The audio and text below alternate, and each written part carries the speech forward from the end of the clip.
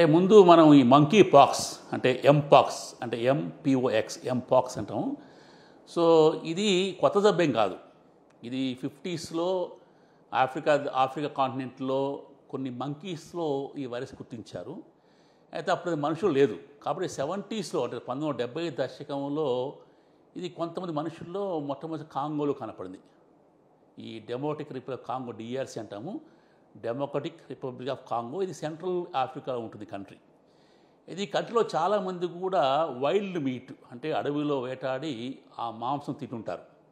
ముఖ్యంగా వాళ్ళు ఈ ర్యాట్స్ ఎలుకలు ఉడతలు లేదా ఒక రకమైన కుక్కల్ని కూడా తింటుంటారు. వీటిలో ఈ వైరస్ ఉంటుంది. వాటి ద్వారా అప్పుడు మనుషులకు వచ్చింది. దీన్నే మనం జూనోసిస్ అంటాం. జూనోసిస్ అంటే జంతువులో ఉండే వ్యాధి మనుషులు సోకటం మనం జూనోసిస్ అంటాం. ఇంతకుముందు కోవిడ్ అంతే వచ్చింది మనకి. సో బ్యాట్స్ నుంచి వచ్చింది అనుకున్నాం. అలాగా మనకి రేబీస్ అనే వ్యాధి కూడా కుక్కల నుంచి మనిషికి వస్తుంది. ఇలా జంతువుల నుంచి మనుషులకు వచ్చే వ్యాధిని జూనోసిస్ అంటాం.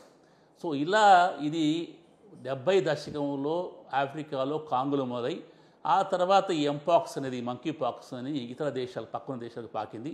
వెస్ట్ ఆఫ్రికన్ కంట్రీస్కి, అదేవిధంగా ఈస్ట్ ఆఫ్రికన్ కంట్రీస్కి. ఆ తర్వాత కొన్ని దేశాల్లో అమెరికాలోను, అది యూరోప్ దేశాల్లో కొన్ని దేశాలు అక్కడక్కడ కేసులు నమోదైనాయి. ఇది మనకు కొత్త ఏం కాదు. మన దేశంలో కొన్ని సంవత్సరాలుగా ఇది మనకి దాదాపు ఇప్పుడు 30 కేసులు మనకు కూడా రికార్డ్ అయినాయి. కాకపోతే ఇప్పుడు ప్రత్యేకత ఏంటంటే ప్రపంచ ఆరోగ్య సంస్థ దీన్ని అత్యవసర పరిస్థితిగా ప్రకటించింది. పబ్లిక్ హెల్త్ దృష్ట్యా ఇది ప్రపంచ దేశాలు అప్రమత్తంగా ఉండాలి. ఎందుకంటే ఇప్పుడు కొత్తగా ఇందులో స్ట్రెయిన్ ఒకటి కొత్తగా వచ్చింది 1B అని. క్లాడ్ 1 క్లాడ్ 2 రెండు ఇందులో వేరియంట్స్ ఉన్నాయి. ఈ క్లాడ్ 1B అనేది వేగంగా వ్యాప్తి చెందుతుంది అంటున్నారు. కాకపోతే ఇది మనము భయపడేంత భయంకరమైన జబ్బేమీ కాదు.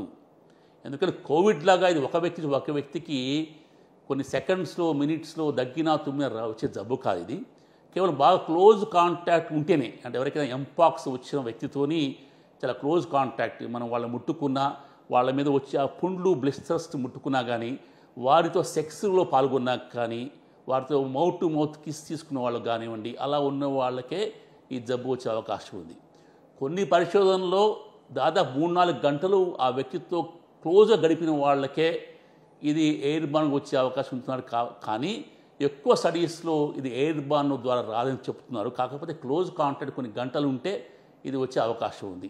అది కాకుండా పేషెంట్స్ ఎవరికైతే ఎంపాక్స్ ఉందో వారు ధరించిన దుస్తులు కానివ్వండి, వాటిని పట్టుకున్నప్పుడు వీటిని ఫోమేట్స్ అంటాము, అది ఇతర వ్యక్తులకు వచ్చే అవకాశం ఉంది. అంటే ఇది కోవిడ్ అంత భయంకరంగా వ్యాప్తి చెందదు కాబట్టి మనం భయపడాల్సిన అవసరం లేదు.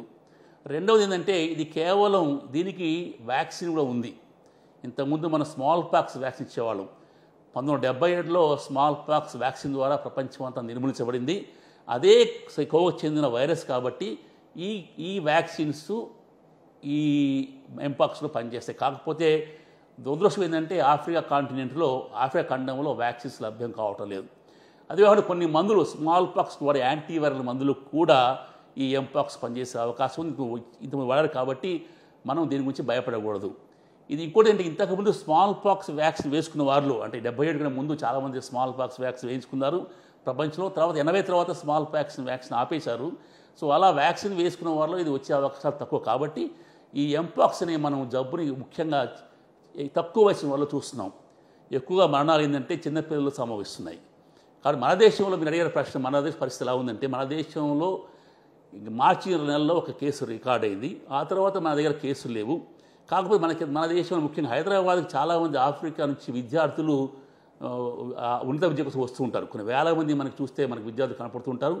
అలాగే మనకి ఇంటర్నేషనల్ పేషెంట్స్ కూడా దాదాపు 60 దేశాల నుంచి, ముఖ్యంగా ఆఫ్రికా నుంచి మన అనేక హాస్పిటల్స్కి, మా హాస్పిటల్స్ కానివ్వండి, ఇతర పెద్ద హాస్పిటల్ హైదరాబాద్లో కానీ, ఢిల్లీలో కానివ్వండి, బాంబేలో కానివ్వండి, మద్రాసులో కూడా చాలామంది పేషెంట్లు వస్తుంటారు.